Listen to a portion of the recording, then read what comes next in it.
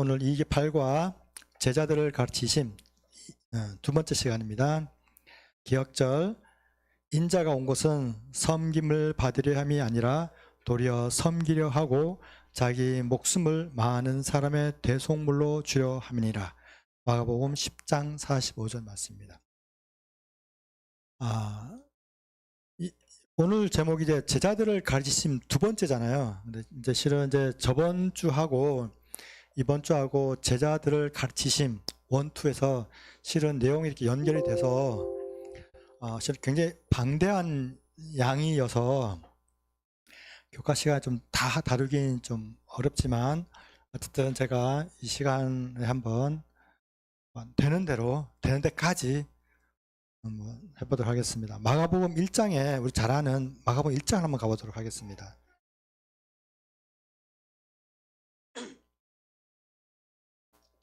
마가복음 1장에 우리가 침례 받으시는 예수님의 장면이 나옵니다.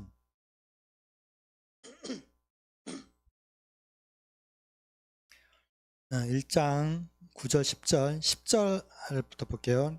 곧 물에서 올라오실새 하늘이 갈라짐과 성령이 비둘기같이 자기에게 내려오심을 보시더니 하늘로서 소리가 나기를 너는 내 사랑하는 아들이라 내가 너를 기뻐하노라 하시니라. 예수님께서 공생애를 이제 시작하시면서 처음에 침례 받는 장면이 나옵니다. 침례는 우리가 잘 알다시피 죽고 장사되고 새 생명을 얻는 이런 일련의 과정이 이 침례에 다 포함이 되어 있죠. 그래서 죽는다는 것은 십자가를 얘기하는 거죠. 그렇죠? 예수님과 함께 내가 십자가에 못 박혀 죽고 그 다음에 장사되었다가 새 생명, 예수님이 부활하신 것처럼 우리가 새 생명으로 부활할 것을 우리가 믿는 겁니다. 그러기 위해서 우리가 침례를 받는 것이죠. 우리는 근데 11절에 어떤 게 있냐면 하늘로서 소리가 나기 그 전에 하늘로서 소리가 나기를 너는 내 사랑하는 아들이라 내가 널 기뻐하노라 라고 말씀하십니다. 근데 이때 우리가 다 알다시피 성부 하나님과 성자 하나님과 성령 하나님이 삼위일체 하나님께서 이 예수님이 침례에 함께 하셨어요. 그렇죠? 근데 우리가 이제 어디를 가냐면 이제 마가복음 9장을 한번 가보도록 하겠습니다. 9장 2절부터 한번 보시면 9장 2절 엿새 후에 예수께서 베드로와 야고보와 요한을 데리시고 따로 높은 산에 올라가셨더니 저희 앞에서 변형되사 그 옷이 광채가 나며 세상에서 빨래하는 자가 그렇게 희게 할 수 없을 만큼 힘이 휘어졌더라.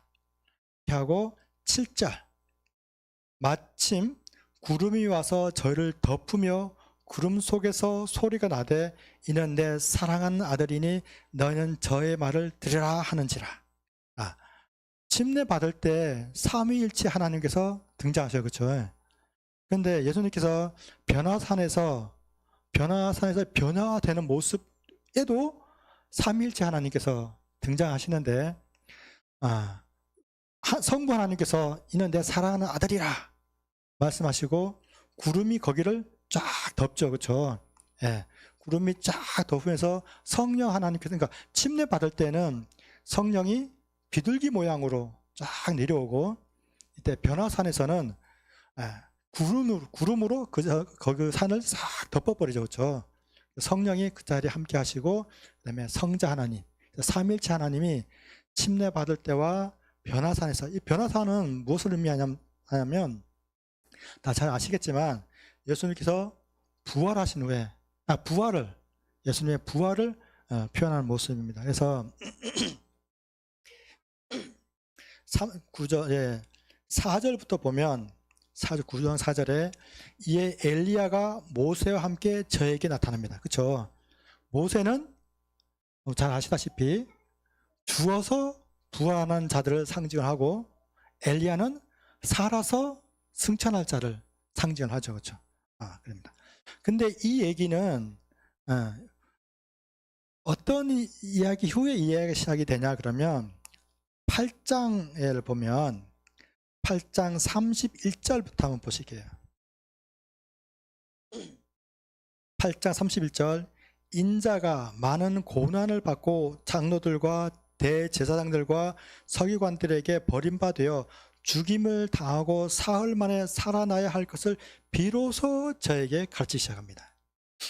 그러니까 그전에는 예수님께서 병자를 고치고 뭐 말씀하시지만 내가 십자가에 죽고 내가 부활하겠다는 얘기를 하시지 않아요. 이때서야 비로소 예수님께서 내가 이제 죽고 장사되었다가 부활할 것이다 라는 말씀을 이때서 비로소 이제 제자들에게 가르치기 시작하는 거죠. 그 이후에 지금 이 변화산 얘기가 나오는 겁니다.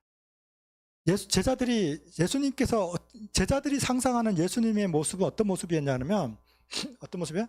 왕의 딱 그렇게 하면 왕으로 군림을 하면 내가 그 오른편 또 왼편에 앉아서 나도 또 어떻게 해요? 나도 한 자리 할 거라고 사람들이 다 생각했어요. 근데 예수님께서 나는 이제 죽는다 소리를 하는 거예요. 나는 죽을 거야. 또 고난 중에 죽을 거야. 이런 얘기를 하니까 베드로가 뭐라고 얘기해요? 아이 그러지 마시라고. 그러지 마시라고. 그러니까 제자들은 상상도 할 수 없었던 왜? 예수님이 죽는 얘기를 하시는 거예요. 그리고 나서 이제 변화산에 가서 이제 예수님께서 이렇게 사람의 손으로 빨지 않은 그렇게 광채가 나는 옷으로 변화를 받고 그리고 나서 이제 그러니까 제자들이 어때요? 그 모습이 되게 어떻게 두려워요. 그러니까 마지막에 7절에 내 사랑하는 아들이니 너희는 두려워하지 말아라고 하는 얘기를 해요. 그러니까 지금 뭐냐면 침례 받으실 때 성부, 성자, 성령 하나님께서 예수님과 함께해요. 그리고 이제 얼마 남지 않은 예수님의 십자가와 예수님의 부활에 많은 사람들이 두려워 떨 것이에요. 그때를 대비해서 또 성부와 성자와 성령 하나님께서 함께 하시면서 시작과 끝을 나타내 줍니다. 그런데 우리가 이 지금 8장 31절에 읽은 인자가 많은 고난을 받고 장로들과 대제사장들과 서기관들의 버림받아 죽임을 당한다, 이 얘기를 여기만 하는 게 아니라 9장 30절에 가면 또 얘기를 하고 9장 31절에 가면 이는 제자들을 가르치시며 또 인자가 사람들의 손에 넘겨 죽임을 당하고 죽은 지 3일 만에 살아나리라는 것을 말씀하시는 연고라, 이렇게 얘기해요. 그러니까 예수님께서 내가 십자가에 달려 죽겠다, 고난받고 죽는다는 얘기를 8장에 와서 비로소 제자들을 가르치면서 시작하겠는 거예요. 근데 9장에 와서 또 가르치면서 내가 또 죽어야 한다는 얘기를 또 하시는 거예요. 근데 이게 10장에 가서도 또 얘기합니다. 10장에 한번 가시면 10장 33절에 가면 10장 33절, 보라 우리가 예루살렘에 올라가노니 인자가 대제사장들과 서기관들의 넘기움에 저희가 죽이기로 결단하고 이방인들에게 넘겨주겠고 그들은 능욕하며 침뱉으며 채찍질하고 죽일 것이니 저는 3일 만에 살아나리라 하시니라. 예수님께서 보통 때 막 비유로 말씀도 하고 이런 말씀 저런 말씀도 하는데 실제로 8장에 와서 비로소 뭔 얘기를 하냐면 십자가에 대한 얘기를 하는 거예요. 그리고 또 부활에 대한 얘기를 하는 거예요. 그런데 그 십자가와 부활이 어떠냐 그러면 십자가는 그야말로 처참하게 내가 죽을 것을 내가 사람들의 손에 넘겨지겠고 대제사장과 서기관들에 의해서 내가 아주 고난 가운데 죽게 될 것이라는 얘기를 하는 겁니다. 그런데 이런 말씀을 하시면서 꼭 뒤에 붙이는 말씀들이 있어요. 보시면 다시 8장으로 다시 넘어가 보면 붙이는 말씀들이 8장 35절에 8장 32절에 십자가에 대한 얘기를 하시고 35절에 가면 34절부터 한번 볼까요? 34절부터 무리와 제자들을 불러 이르시되 아무든지 나를 따라오려거든 자기를 부인하고 자기 십자가를 지고 나를 쫓을 것이니라. 35절 누구든지 제 목숨을 구원코자 하면 잃을 것이요 누구든지 나와 복음을 위하여 제 목숨을 잃으면 구원하리라. 그런 얘기를 하시고, 그 다음에 9장도 가면 9장 31절에 하신 다음에 무슨 얘기야? 37절. 아니다. 37절 아니고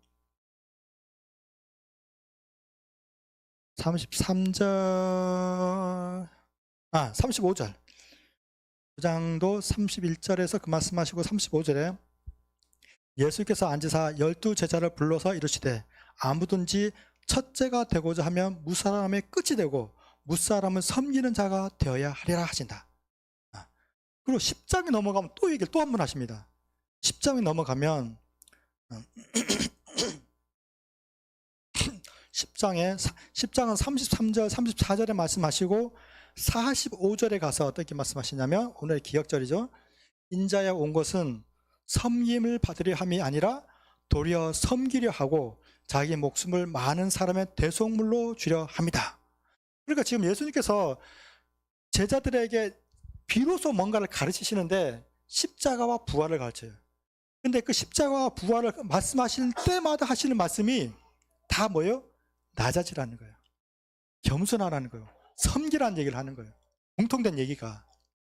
그런데 9장에 가면 그 얘기를 하시면서 하나 하는 게 있는데 뭐냐면 9장 35절에 그 말씀을 읽으시고 나서 바로 하시는 행동이 36절이에요. 9장 36절에 어린아이 하나를 데려다가 그들 가운데 세우시고 안으시며 제자들에게 이르시되 누구든지 내 이름으로 이런 어린아이 하나를 영접하면 곧 나를 영접하며 누구든지 나를 영접하면 나를 영접함이 아니요 나를 보내신 이를 영접합니다. 그래서 어린아이 얘기를 꺼내요. 그렇죠? 이 얘기가 10장 13절부터 얘기가 다시 나옵니다. 잠깐 읽어보면 마가복음 10장 13절 사람들이 예수의 만져주심을 바라고 어린아이들을 데려오매 제자들이 꾸짖습니다. 예수께서 보시고 분이 여겨 이르시되 어린아이들이 내게 오는 것을 용납하고 금하지 말라. 하나님의 나라가 이런 자의 것이니라. 내가 진실로 너에게 이르노니 누구든지 하나님의 나라를 어린아이와 같이 받들지 않는 자는 결단코 들어가지 못하리라 하시고 그 어린아이들을 안고 저희 위에 안수하시고 축복하십니다. 근데 10장 13절에 가면 이게 지금 마가복음에는 사람들이 예수의 만져주심 이렇게 표현을 했는데 마태복음이나 누가복음에는 똑같은 성경절이 예수님의 안수하심을, 예수님의 기도를 바라심으로 나온다 이렇게 표현되어 있어요. 그러니까 만져준다는 표현보다는 이렇게 얹어서 안수하거나 축복 기도하거나 이런 모습이었을 것 같아요. 그런데 성경을 보면 이 아이들이 중심인 것 같아요. 저 아이들이 나오고 예수님이 이 아이들과 같이 아니하면 천국에 하나님 나라를 볼 수 없다 그런 식으로 얘기를 해요. 그런데 이 아이들 한번 우리가 상상을 한번 해볼까요?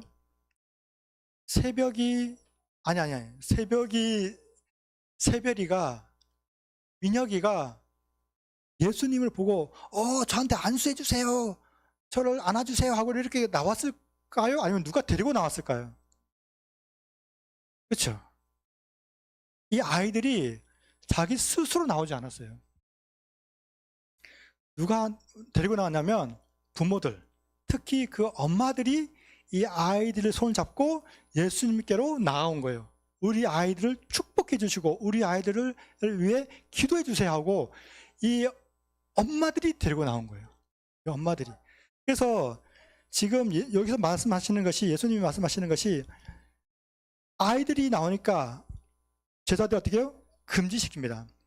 그런데 예수님께서 이 아이들을 보시는 게 아니라 이 아이들을 데리고 나온 엄마들, 어머니의 마음을 예수님께서 알고 계셨어요. 그래가지고 이 하나님 나라는 어떤 자들이 그러냐면 하나님 나라가 이런 자의 것이라고 표현합니다. 근데 이 이런 자가 누굴까? 이런 자가, 하나님 나라가 이런 자일 것이에요. 이런 자는 누구냐면 다 아니고 어머니예요. 우리는 많이 생각할 때 하나님의 나라가 바로 이 어린 아이와 같다라고. 그래서 이게 뭐예요? 아이들처럼 순수해야 되고 뭐 하지 말아야 되고 이렇게 표현을 많이 해요. 그런데 시대의 소망에는 분명하게 어머니라고 표현합니다.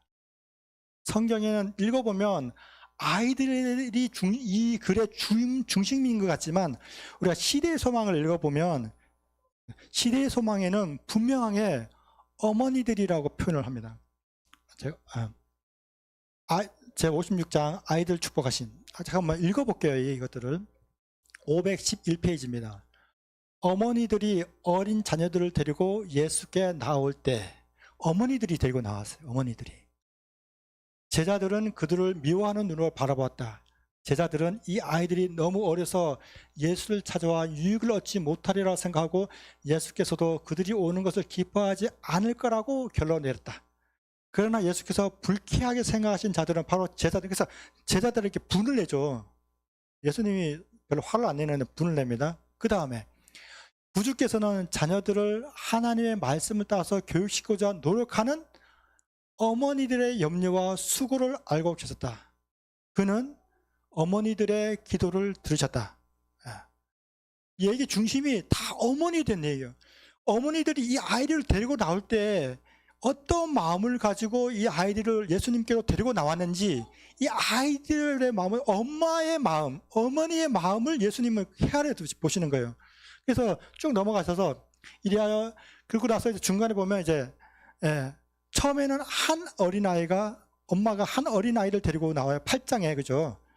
나오는데 한 명, 두 명 붙어가지고 이제 여러 명의 어린아이들이 나오기 시작하는 거예요. 그래서 맨 마지막에 이리하여 여러 어머니들이 어린 자녀들을 데리고 함께 나왔다. 이야기 중심이 누구예요? 아이들이 아니에요. 이야기 중심이 누구예요? 어머니에게. 그 아이들을 데리고 나오려는 예수님의 소리를, 소식을 들었겠죠? 랍비가 있는데 아주 이러이러한 선생님이 계셔. 근데 그 선생님이, 예수란 선생님이 우리 마을에 왔대. 그러니까 어떤 마음이 드는 거예요? 우리 아이들을, 우리 애를, 그 애들 데리고 가는 거예요. 그 엄마들이 항상 어떠네? 그 아이들을 위해서 희생하고 아이들을 위해 노력하고 아이들을 어떻게 잘 교육시키고자 하는 그 마음의 그 기도가 예수님이 어떻게 했다고? 다 평상시에 그런 기도들을 예수님이 들으셨다는 거예요. 그리고 그 다음에 어머니들이 그들의 소원을 아뢰었을 때 예수께서는 동정심을 가지고 그들의 수줍하고 눈물 어린 요구를 들으셨다. 그러나 그분은 어떻게 제자들이 그들을 대하는지 보고자 하셨다. 예수께서는 제자들이 당신을 위해서 하는 일이라고 생각하면서 어머니들을 돌려보내는 것을 보셨을 때 제자들에게 그들의 잘못을 보시며 어린아이들이 내게 오는 것을 용납하고 금하지 말라. 하나님의 나라가 이런 자의 것이라고 말씀하셨다. 이런 자가 누구예요? 어머니예요, 어머니. 예수께서는 어린이들을 팔에 안으시고 그들의 머리에 손을 얹으시고 저희가 받으러 온 축복을 주셨다. 다음 한 장만 더 넘어가시면, 그러서 봐요. 안수인데 누가 위안을 받아요? 어머니들이 위안을 받는 거예요. 어머니들은 위안을 받았다. 그들은 그리스도의 말씀으로 격려와 축복을 받고 저희 집으로 돌아갔다. 그들은 새로운 기쁨으로 저희의 임무를 수행하고 희망을 가지고 저희 어린이들을 위하여 일하도록 격려를 받다. 누가요? 어머니들이. 오늘날의 어머니들도 동일한 믿음으로 그리스도의 말씀을 받아야 한다. 그리스도께서는 그가 사람들 중에 한 사람으로 사셨을 때처럼 오늘날도 틀림없이 개인의 구주다. 그는 유대인에서 어린이들을 팔에 안으셨던 그때처럼 오늘날도 틀림없이 어머니들의 조력자이시다. 우리 가정의 아이들은 오래전의 아이들과 똑같이 예수의 피로 사신 아이들이다. 이 글을 읽어보면 다 이해를 하시겠지만 처음부터 끝까지 읽어보면 어머니들이 어떻게 했는지, 아이들을 통해서 어떻게 어머니들의 희생과 어머니의 사랑과 어머니의 그 교육이 나타나는지 어머니들이 그 일의 이야기의 중심이에요. 마지막 없어졌네. 마지막에 죄송합니다. 마지막 한 번만 쓸래요? 오래전에 아이들과 똑같이 예수의 피로 사신 아이들이라 그랬어요. 예전에 아이들이 예수님 피로 사신 적이 있어요? 우리들의 아이들은, 우리 가정에 있는 아이들, 우리 교회에 있는 아이들은 다 예전에 예수 그리스도의 피로 산 아이들이라고 표현을 썼어요. 그러면 진짜 옛날에 예전에 예수님의 피로 아이들을 산 적이 있어요? 있다고 그러잖아요, 지금. 언제 있었어요? 유월절 때 모든 장자 어떻게 써야 돼요? 다 죽어야 돼요. 우리의 아이들, 우리 새벽이 죽어야 돼. 근데 누구의 피로 살았어요? 유월장 어린 양 대신은 예수 그리스도의 피로 이 아이들이 살았어요. 모든 장자들이 다 살았어요. 우리 아이들도 다 살았어요. 예수 그리스도의 피로. 그때 산 그것처럼 이 아이들이 다 누구의 피로 살았다고요? 오늘날 이 아이들도 다 예수님의 피로 산 그 아이들이라. 너무 소중한 아이들 아닙니까? 그렇죠? 네. 이제 우리가 이제 8장 50절을 가보도록 하겠습니다. 8장 50절.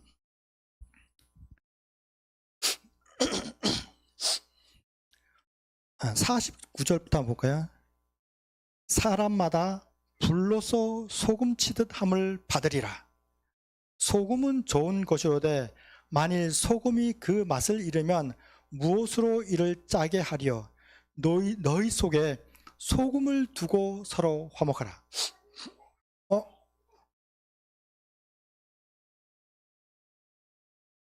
뭐라고요?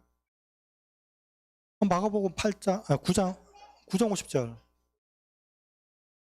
죄송합니다. 8장 50절이라 죄송합니다. 마가복음 9장 49절 50절입니다. 사람마다 불로서 소금 치듯 함을 받으라. 불로서 소금 치듯 하라. 불로 그러면 생각나는 거 없어요? 네? 제가 옛날에 숯불을 설교를 한 적이 있는데 아무도 그 불로서, 불이 뭐가 같아요? 불은 숯불이에요. 숯불로 뭘 하는 얘기예요? 소금 치듯 하라. 그러니까 다시 말하면 소금은 불의 역할을 하는 거예요. 그렇게 보면, 그래서 소금은 좋은 것이로되 만일 소금이 그 맛을 잃으면 무엇으로 이를 짜게 하리요? 너희 속에 소금을 두래요. 우리 마음속에, 우리 마음속에 소금을 두라는 거예요. 그럼 소금을 품고 다니라는 얘기는 아니겠죠. 예수님이 예화 중에 빛과 소금에서, 빛, 기름입니다. 기름, 그렇죠? 기름, 소금, 그다음에 씨앗. 다시 한번 기름, 소금, 씨앗. 이런 비유를 많이 드셨잖아요, 그렇죠? 이 비유에 이 세 가지의 공통점이 있을까요? 세 가지의 공통점.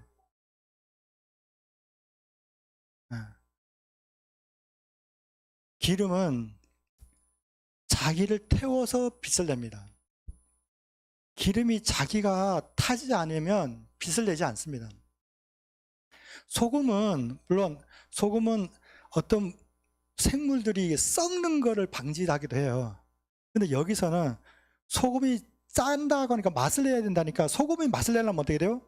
자기가 희석되고 해서 없어져야, 그래야 맛을 내요. 짠맛을 내요. 씨앗은 어때? 씨앗은 한 알의 밀알이 썩어 없어져야 30배, 60배, 100배의 열매를 맺어요. 그러니까 세 개의 공통점은 뭐예요? 자기 희생. 이 자기 희생이 누구의 마음이에요? 엄마들의 마음이에요. 엄마들. 그래서 10장 중반에 14절에 하나님의 나라가 어떤 것, 누구의 것이에요? 엄마의 마음을 가진 이 기름과 소금과 씨앗과 같은 이런 자기 희생적이고 사람을 봤을 때 가난한 사람, 불쌍한 사람도 봤을 때 긍휼히 여길 수 있는, 그래서 예수님이 자꾸 하시는 말, 십자가 다음에 얘기하시는 말씀이 자꾸 뭐예요? 낮아지라는 거예요. 높고 자는 자 낮아지고, 낮아지고자 하는 자 높아질 것이고, 살려고 하는 자 죽을 것이고, 죽으려 하는 자 살 것이고, 나를 따라오려고 하는 나의 십자가를 지고, 어때요? 그런 말씀을 계속 연달하시면서 하시는 말씀들이 너희가 너희 마음속에 소금을 두라는 거예요. 소금을 두라. 그러면서 10장으로 이어집니다. 10장으로. 10장에 이제 이혼 증서 얘기, 이혼 얘기가 나옵니다. 자, 2절. 바리새인들이 예수께 나와 예수님을 시험하여 묻되 사람이 아내를 내어 버리는 것이 좋습니까? 묻습니다. 대답하여 가라사대 모세가 어떻게 너에게 명하냐? 가로되 모세는 이혼 증서를 써 내어 버리기를 허락했다고 합니다. 5절. 예수께서 저에게 이르시되 너희 마음의 완악함을 인하여 이 명령을 기록했다 합니다. 무슨 얘기예요? 원래 이혼 증서를 써서 주는 게 아니에요. 근데 왜 줬어요? 너희들이 너무 완악한, 특히 남자들 너희들의 마음이 워낙 완악함으로 어떻게 해요? 이혼 증서라도 써서 이 여인들을 구제해 주는 거예요. 근데 그 뒤로 나오지만 6절부터 창조시부터 저희를 남자와 여자를 만드셨으니 이러므로 사람이 그 부모를 떠나서 그 둘이 한 몸이 될지라. 이런즉 이제 둘이 아니요 한 몸이다. 그러므로 하나님 짝지어 주신 것을 사람이 나누지 못한다라고 얘기해요. 예수님의 말씀은 뭐예요? 이혼을 할 수가 없다는 거예요. 근데 모세는 신명기 24장에 이혼 증서를 줘요. 여자가 얘가 수치스러운 일을 당했을 때 이혼 증서를 써서 줄 수 있습니다. 그런데 우리 교과책 잠깐 보면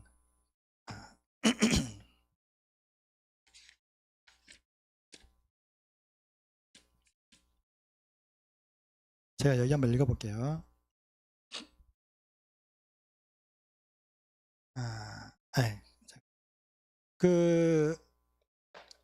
여기 교과서에 보면 샴마이 학파가 있고 힐렐 학파라는 얘기가 나와요. 여기 일요일날 이 사람들이 와서 예수님을 시험에 묻습니다. 그런데 그 당시에 이 헤롯 왕 때 헤롯 왕이 자기 이복 동생의 아내를 취해서 결혼하잖아요, 그렇죠? 그래서 침례 요한이 그거 잘못됐다 이렇게 지적하니까 침례 요한을 참수시켜 죽여버리잖아요, 그렇죠? 그 일이 있었기 때문에 바리새인들이 나와서 지금 예수님을 시험하는 겁니다. 근데 이 얘기를 잘못하면 예수님의 이 공생의 생애이 조금 이렇게 힘들 수 있으니까 예수님이 자기 생각을 얘기하지 않고 모세가 뭐라 그랬냐 이렇게 얘기를 하는 거예요. 그런데 이 이혼하는 데 있어서 샴마이족은 조금 성경대로 여자가 어떤 수치스러운 일을 행했을 때 그럴 때만 이혼 증서를 줘서 이혼을 할 수 있었어요. 근데 이 힐렐 학파는 어떠한 조건으로도 이혼할 수 있었어요. 예를 들어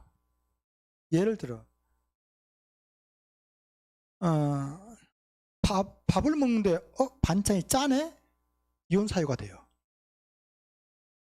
우리 사람이 우리 부모님, 시부모님들한테 좀 서운하게 하네? 이혼 증서가 됩니다. 이혼 사유가 돼요. 그래서 이혼 증서를 줘요. 그런데 문제는 이혼 증서는 어디다 써서 줬냐면 나뭇잎에다가 이혼 증서 써줬어요. 그러니까 나뭇잎에다 이혼 증서 써줬으니까 이 나뭇잎이 어때요? 시간 지나면 이거 없어질 수도 있어요. 오늘날처럼 딱 주면 코팅을 쫙 해갖고 이렇게 갖고 다니면 좋겠지만 그러지 않았어요. 그러니까 여자들이 우리 저번에 남편이 다섯인 여자, 그 다음에 간음한 여인 기억나시죠? 신명기 24장에는 어떤 한 여인이 이혼을 했어요. 그래서 다른 사람과 결혼을 했어요. 거기서 또 이혼을 하게 되면 원래 전 남편으로 돌아가야만 해요. 그렇지 아니하고 다른 남자와 결혼을 하게 되면 성경에서는 불결하다 그랬어요. 어떤 여자를 봤어요? 아, 저 여자는 버린 몸이야. 불결한 여자야. 이렇게 생각했어요. 결혼을 5번을 했다는 얘기는 내가 한 번 이혼하고 재혼을 했는데 다시 그 전 남편으로 돌아갈 수가 없잖아요. 그럼 어때요? 결혼을 안 하거나 이혼 증서가 없으면 여자들이 어떻게 됐냐면 살 길이 막막해지는 거예요, 여자들이. 그러니까 남자들이 진짜 나쁜 XX예요. 이거를 여자를 이혼을 할 때 이 여자의 살 길을 마련해 주는 게 아니에요. 그냥 버리는 거고 매장시켜 버리는 거예요. 나뭇잎에다 써준다니까요. 나뭇잎에 써주면 이게 한 달을 가겠어요, 2달을 가겠어요. 이혼 증서가 없으면 어떻게 되냐? 이 여자는 살 길이 막막하니까 종이나 노예가 돼요. 아니면 창녀가 되는 거예요. 그래서 이 5번 결혼한 여자 이야기와 가늠한 여자 이야기가 이 이혼한 이야기부터 시작이 되는 거예요. 내가 3번째 결혼하려는데 다른 남자와 결혼하면 나를 뭘로 봐요? 불결한 여자로 보는 거예요. 나를 세상 내가 나가서 사람 만나는 사람들마다 다 나를 뭘로 봐요? 저 여자는 불결한 여자야. 죄인이라고 보는 거예요. 죄인이야.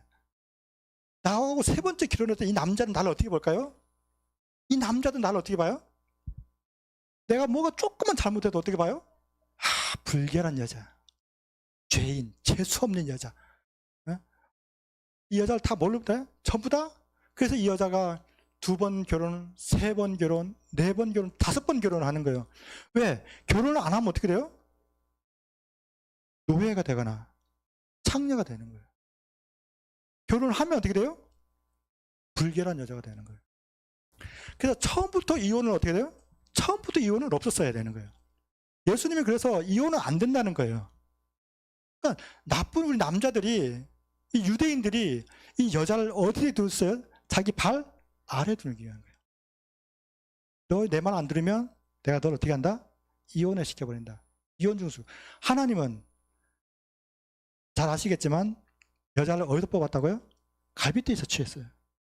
나의 머리 위에도 나의 발 아래도 두지 않고 나와 함께 나의 반쪽으로 내 뼈 중에 뼈고 내 살 중에 살로 나를, 그 여인을 사랑하라고 결혼 제도를 만들었는데 이 유대인들은 어떻게 했어요? 그 결혼 제도를 악용하고 이혼 증서를 지면서 여자를 어떻게 해요? 버리는 거예요. 그 이혼을 하지 말라는 거예요.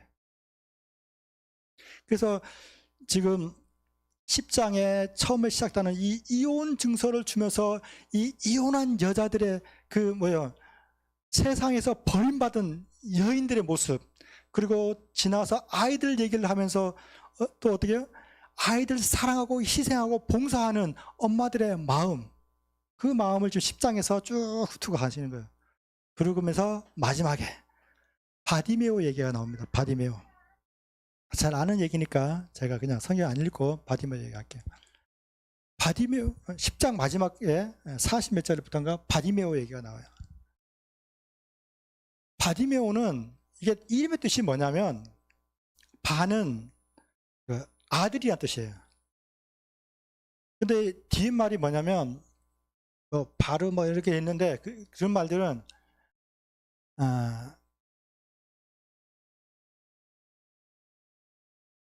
갑자기 생각이 안 나네. 혼돈된 또는 뭐 불결한 이런 뜻이에요. 그러니까 바디메오는 혼돈의 아들 또는 불결한 아들 뭐 이런 뜻이에요. 그러니까 사람들이 저 사람을 볼 때마다 불결한 놈 이런 뜻이에요. 사후경이었어요. 근데 실은 이 바디메오의 그 사람의 이름이 바디메오가 아니에요. 원래는 이 사람의 이름이 없어요. 원래 이 사람의 이름이. 그러니까 이 사람은 세상 사람들이 볼 때 없는 존재야. 이름도 없어. 근데 사람들이 소경이 앞을 못 보고 그렇게 있으니 얼마나 죄인처럼 보여요? 그러니까 바디메오, 이 불결한 놈, 이렇게 부르는 거예요. 아, 저 불결한 놈 온다. 저 혼돈의 아들이 온다. 이렇게 부르는 거예요. 네. 바디메오는 그런 사람이었어요. 근데 바디메오가 예수님이 왔다는 소식을 들었어요. 그러니까 그가 소리쳐서 하나님의 아들이요, 나를 불쌍히 여기소서 그럽니다. 제자들이 막습니다. 하지 말라고. 다른 사람들도 막 하지 말라고 막아요. 근데 예수님께서 오라고 합니다. 근데 중요한 한마디가 여기서 나옵니다. 바디메오가 자기의 겉옷을 벗어버리고 갑니다. 근데 우리가 성경을 쓰면서 굳이 안 써도 될 그 문장 흐름상 그가 겉옷을 입고 갔는지 겉옷을 벗고 갔는지 아무런 의미가, 그거 아무 의미 없잖아요. 그렇죠? 아무 의미 없어요. 그런데 마가는 그 문장을 구태연하게 그걸 넣습니다. 이 바디메오가 겉옷을 벗어버리고 예수께로 갔다라고 나옵니다. 근데 이 겉옷을 벗어버리는 것은 첫 번째로는 생물학적으로는 죽음을 의미합니다. 이 유대 지방은 밤이면 되게 추워요. 그래서 이 겉옷이라는 것이 없으면 얼어 죽기 딱 십상인 거예요. 그러니까 겉옷을 벗었다는 것은 나는 죽을까 하고 간다는 거예요. 두 번째로는 우리가 영적으로 많이 생각해 볼 수도 있겠죠. 나의 죄된 나의 모습. 그러니까 생각을 해보면 이 바디메오라는 사람이 얼마나 이게 흔히 말하면 이게 거지 맹인이라고 표현을 하거든요. 바디메오는 거지 맹인이었다. 맹인이에요. 아무 돌보는 사람이 없어요. 그 행세가 어떻게 했을 것 같아요? 상상해봐도 알겠죠. 네. 그 누추함, 그 죄악, 사람들이 그를 볼 때마다 이 죄인 이렇게 불렀던 거예요. 근데 그 겉옷을, 그것을 이제는 내가 그것을 벗어버리고 내가 누구에게로 간다? 예수께로 간다. 나의 겉옷, 내가 얼마나 죄인이건 죄인이 아니건 부자건 가난하건 어쨌든 간에 나는 나의 모든 것을 벗어버리고 예수께로 간다. 그리고 그가 눈을 뜹니다. 마가복음 10장에서 뭐 중간에 한 얘기가 더 있긴 하지만 중간에 나온 얘기는 여러분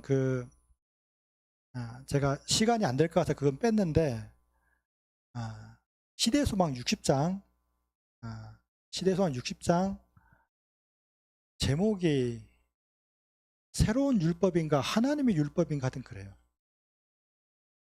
그 장이 하나님의 하나님 나라의 율법인가 돼요. 새 나라의 율법입니다. 새 나라의 율법. 그래서 지금 제가 했던 거 앞에 거하고 바디메오 얘기 중간 얘기는 시대의 소망 60장을 읽어보면 그 내용이 자세하게 나와 있습니다. 새 나라의 율법입니다. 그러니까 거기서 나와 있는 그 행동들, 그것이 바로 새 나라의 율법입니다. 사랑하는 성도 여러분, 또 방송을 듣는 우리 성도 여러분, 우리는 모두가 다 바디메오일 수 있어요. 저는 매일매일 간음하는 여인으로 삽니다. 우리는 영적으로 다 소경일 수 있다고요. 우리는 안진뱅일 수도 있고. 예수님께서 오늘 교과에서 십자가와 부활을 얘기하시고 그 다음에 이어서 얘기하시는 말씀들이 너희는 소경이고 너희는 이혼한 여인이고 너는 간음한 여인이고 너는 5번 결혼한 여인이라고 얘기를 해요. 세상에서 어떤 사람들이 다 멸시받고 무시당하고 손가락질 당하는, 우리는 영적으로 다 그런 사람들입니다. 이럴 때 우리가 무엇 필요해요? 나의 겉옷 벗어버리고 예수께로 향하는 것이 우리에겐 절실하게 필요한 때라고 생각합니다. 우리 성도님들 모두가 다 바디메오의 마음처럼, 가늠한 여인의 그 마음처럼 다 예수께로 나아가서 영생에 또 구원을 얻는 귀한 생명을 얻는 그런 우리 성도님들 되시길 간절히 바라겠습니다.